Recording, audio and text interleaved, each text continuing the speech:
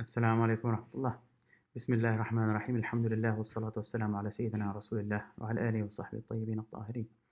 In the light of those blessed days, we share some moments to think and contemplate about the Surah of Al-Asr, where God subhanahu wa ta'ala say, بسم الله الرحمن الرحيم والعصر إن الإنسان لفي خسر إلا الذين آمنوا وعملوا الصالحات وتواصوا بالحق وتواصوا بالصبر.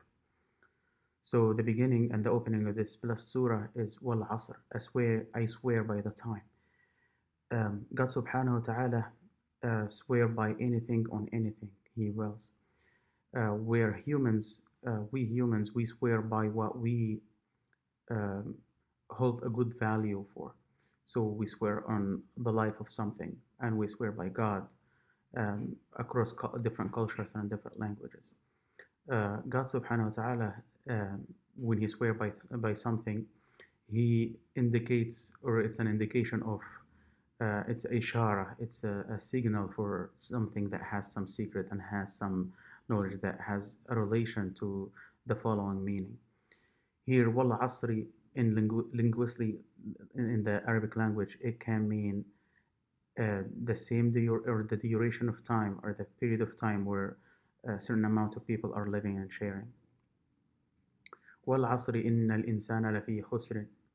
And wal asr also came, if we are looking at it as the time, Rasulullah, the Prophet alayhi salatu wasalam, in a hadith Qudsi, where he narrates about God when he says, Ya ibadi la tasubbu ad-dahra fa inni ana ad-dahr. Oh my slaves, um, do not curse the time, I am the time. And in another narration, do not curse the time is God, or the time is Allah. And that also is like a big ishara, a big signal for the secret of time is almost undefined at this period of time. Physicians and scientists, it's basically you need like something that's a change ratio, and you need to measure it against something that is constant, and you almost, in the materialistic world, you almost have no constant. So we don't have an entire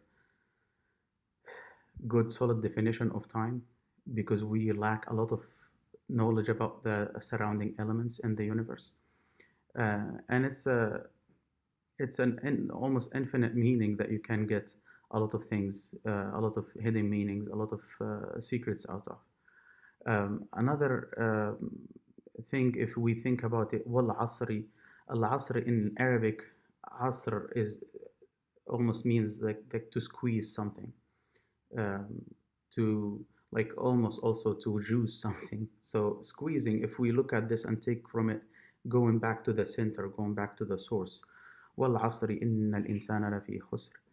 So wal asri, in the example of the light of God that Sayyidina Shaykh Qaddasallahu Sirrahu, Sayyidi Muhammad Fawzi al-Karkari gives us, that we see with our eyes, that's in our hearts, is the example of the light of God. مثل نوره كمشكاة, it's a niche that inside it has a lamp, and the lamp is in a crystal.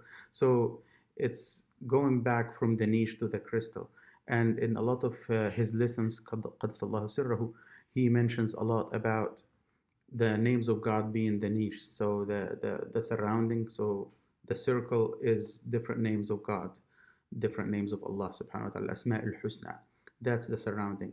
And the center is Allah, the Ism al-Dal ala that, the one name that guides you to the divinity, or to the divine name that gathers all the meanings of the different names of God. So wal asri innal insana lafi khusr. Wal asri, it I think it's an ishara to going from al-farq, all the differences, the different names, to al-jama', to the center. Wal asri innal insana lafi khusr. Khusr is the innal insana lafi khusr in English translates to indeed man is in loss. and to lose something is something that you had it and you don't have it anymore. You've had it, so you lost it, so you don't have it anymore. And it might be signaling, or like it's pointing at the meaning of us. We were before our existence in this image, in this humanic image, that man is in loss. So it's a pointer to our current image now, that has our souls. That was a nafas. It was coming from God directly. And in the Quran, Allah subhanahu wa ta'ala mentions about asking us, Alastu bi rabbikum, am I not your Lord? And we answered, Bala, yes you are. And it is a pointer straight to that point, that ruh, the soul, was at some point of mukashafa, and at some point of an open vision and open knowledge of its source and its Lord. And it came to that human image. And there has been a lot of covers. Now there has been a lot of curtains that it has to go through, navigate through to go back to the source. And that is a loss. So subhanallah, wal asri, innal insana lafi khusr. And now is the exception, except those, wal asri, I swear by the time, indeed man is in loss, except those who believe. So there is an exception now for those who believe, the believers. And what's a belief? Iman.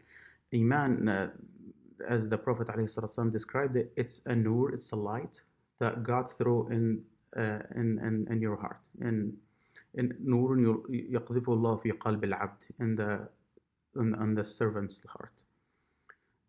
And that's exactly what we get from Sayyidina Shaykh. It's a light that you see, opening your eyes, closing your eyes. It's a light that you see, and that light is the source. So wal asri, I swear by the time. I swear by the going back to like the reality of that there is a lot of diversification of names and attributes, and they all connect to the same source. Mankind is in loss if they get covered and taken away from this reality, except those who believe and do right deeds, and and advise each other patience, and advise each other truth, and advise each other patience. So except those who believed and done right deeds, and advise each other truth, and advise each other patience. That's very, like, it's a sequence of things that if you put them together, that they start to make sense. Subhanallah.